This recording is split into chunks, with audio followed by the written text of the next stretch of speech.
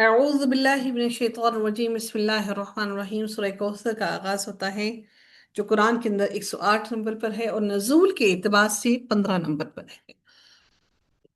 یہ سورت پہلی سورت کے مقابلے میں ہے، یعنی سورہ معاون میں منافق اور بددین لوگوں کے چار بڑے اوصاف بیان کیے گئے تھے: ان کا بخل، ان کی ریاکاری، ان کا ترک نماز اور ان کو زکوٰۃ سے منع کرنا۔ وہ زکوٰۃ سے منع کرتے تھے۔ اس صورت میں بخل کے مقابلے میں انا اعطیناک الکوثر فرمایا، اور ترک صلاۃ کے مقابلے میں فصلی فرمایا، یعنی نماز پڑھنے کی تلقین دی گئی۔ اور ریا کے مقابلے میں جو ریاکاری اس میں وہاں پر تھا کے مقابلے میں ربی کا فرمایا، اور اور اور اللہ تعالیٰ نے اس کے مقابلے میں وہاں پر جو وہاں پر اللہ تعالیٰ نے یہاں پر ونہر ان کی قربانی کرنے کا بھی حکم فرمایا۔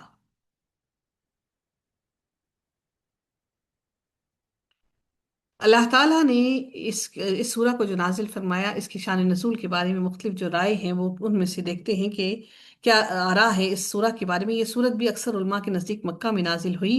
حضرت ابن عباس، حضرت عائشہ، حضرت ابن زبیر، مقاتل اور قلبی رحمۃ اللہ علیہما سے یہی منقول ہے، اور مگر مجاہد، قتادہ، حسن بصری اور اکرمہ کہتے ہیں کہ یہ سورت مدنیہ ہے۔ وہ کہتے ہیں کہ یہ مدینہ میں نازل ہوئی۔ علامہ سیوطی نے التقان میں اسی کو درست قرار دیا ہے۔ سبب نزول کی روایات سے دونوں قولوں کی تائید ہوتی ہے۔ ایسے معلوم ہوتا ہے کہ ایک مرتبہ یہ سورہ مکہ میں اور ایک مرتبہ یہ سورہ مدینہ میں نازل ہوئی۔ بعض علماء کا یہ قول بھی ہے۔ اور اگر آپ اس کی شان نزول کو پھر سے تھوڑا سا ہم دیکھیں روایات کے حساب سے، تو جب نبی اکرم صلی اللہ علیہ وسلم کے صاحبزادے قاسم اور ابراہیم رضی اللہ تعالیٰ عنہما کا انتقال ہو گیا، تو کفار مکہ یہ کہہ کر کہ آپ صلی اللہ علیہ وسلم کو طعنہ دینے لگے، ایسا کہنے والوں میں کہ نبی اکرم صلی اللہ علیہ وسلم کو کمتر سمجھنے لگے۔ ایسا کہنے والوں میں عاص بن وائل سہمی کا نام خاص طور پر قابل ذکر ہے۔ اس کے سامنے جب رسول اللہ صلی اللہ علیہ وسلم کا ذکر کیا جاتا تو کہتا کہ ان کی بات چھوڑو، کوئی فکر نہ کرو، کیونکہ وہ ابتر ہے۔ ابتر کا مطلب کیا؟ ہوا الابتر۔ ابتر کا مطلب کیا ہے کہ مقطوع النسل، یعنی جس کی نسل ختم ہو جائے گی۔ جب ان کا انتقال ہو جائے گا تو کوئی ان کا نام لینے والا بھی نہ رہے گا۔ اس پر یہ صورت نازل ہوئی۔ اور بعض روایات میں ہے کہ قاب بن اشرف یہودی ایک مرتبہ مکہ مکرمہ آیا تو قریش مکہ اس کے پاس گئے اور کہا کہ آپ اس نوجوان کو نہیں دیکھتے جو کہتا ہے کہ ہم سب سے دین کے اعتبار سے بہتر ہے، حالانکہ ہم حجاج کی خدمت اور بیت اللہ کی حفاظت کرنے والے ہیں اور لوگوں کو پانی پلاتے ہیں۔ قاب نے یہ سن کر کہا، نہیں، تم لوگ اس سے بہتر ہو۔ اس پر یہ سورہ کوثر نازل ہوئی۔ بہرحال معلوم یہ ہوتا ہے کہ کفار مکہ جو نبی اکرم صلی اللہ علیہ وسلم کو اولاد ذکر نہ کرنے کی وجہ سے، ان کی اولاد نرینہ جو تھی، یعنی کہ اولاد جو بیٹا تھا وہ نہ ہونے کی وجہ سے ابتر ہونے کے طعنے دیتے تھے، یا دوسری وجہ سے آپ کی شان اقدس میں گستاخیاں کرتے تھے۔ ان سب کے جواب میں اللہ تعالیٰ نے یہ صورت نازل فرمائی جس میں ان کے طعنوں کا جواب بھی ہے، اور صرف اولاد نرینہ نہ رہنے کی وجہ سے آپ کو مقطوع نسل کہنے والے حقیقت سے بے خبر ہیں، کہ وہ کہتے تھے کہ نبی اکرم صلی اللہ علیہ وسلم کی نسل ہی ختم ہو جائے گی۔ ابن جریر نے سعید بن جبیر کا قول نقل کیا ہے کہ یہ آیت فَصَلِّ لِرَبِّكَ وَانْحَرْ حدیبیہ کے دن اتری۔ حضرت جبرائیل علیہ السلام نے آ کر کہا قربانی کرو اور لوٹ کر چلے جاؤ۔ جب صلح حدیبیہ ہوا تھا نا، تو وہ کہتی ہیں کہ اس وقت یہ نازل ہوئی۔ اس حکم پر رسول اللہ صلی اللہ علیہ وسلم نے کھڑے ہو کر خطبہ دیا، خطبہ میں بال کتروانے اور قربانی کرنے کا حکم دیا، پھر 2 رکعت نماز پڑھی اور جا کر اونٹوں کو ذبح کیا۔ اور اس کے بارے میں ایک اور قول بھی ہے کہ انا اعطیناک الکوثر کا نزول رسول اللہ صلی اللہ علیہ وسلم کے صاحبزادے کی وفات کے قریب نہیں ہوا، کیونکہ حضرت قاسم کی وفات تو مکہ میں ہجرت سے پہلے، اور بقول بعض کے آپ کی اس سے بھی کئی وقت پہلے یہ ان کی وفات ہو چکی تھی۔ اور حضرت محمد بن علی کی روایت کی سند میں یہ جو کہا وہ کہا گیا کہ انہوں نے یہ کیا کہا کہ حضرت ابراہیم کی وفات 10 ربیع الاول کو ہوئی، سن 10 ہجری میں۔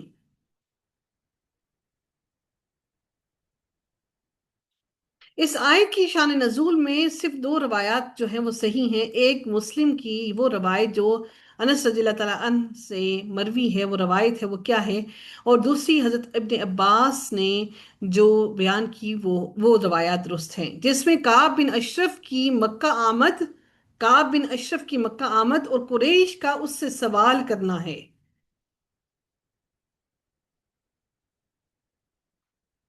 اگر تمام چیزوں کو مد نظر رکھا جائے تو پتہ چلتا ہے جو مختلف آراء ہیں اس سورہ کے بارے میں، تمام چیزوں کو مد نظر رکھتے ہوئے ایسا معلوم ہوتا ہے کہ سورہ کوثر اس کا نزول 2 مرتبہ ہوا، ایک مرتبہ مکہ میں اور ایک مرتبہ مدینہ میں۔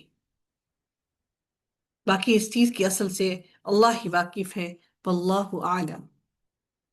آغاز کرتے ہیں سورہ کا، انا اعطیناک الکوثر۔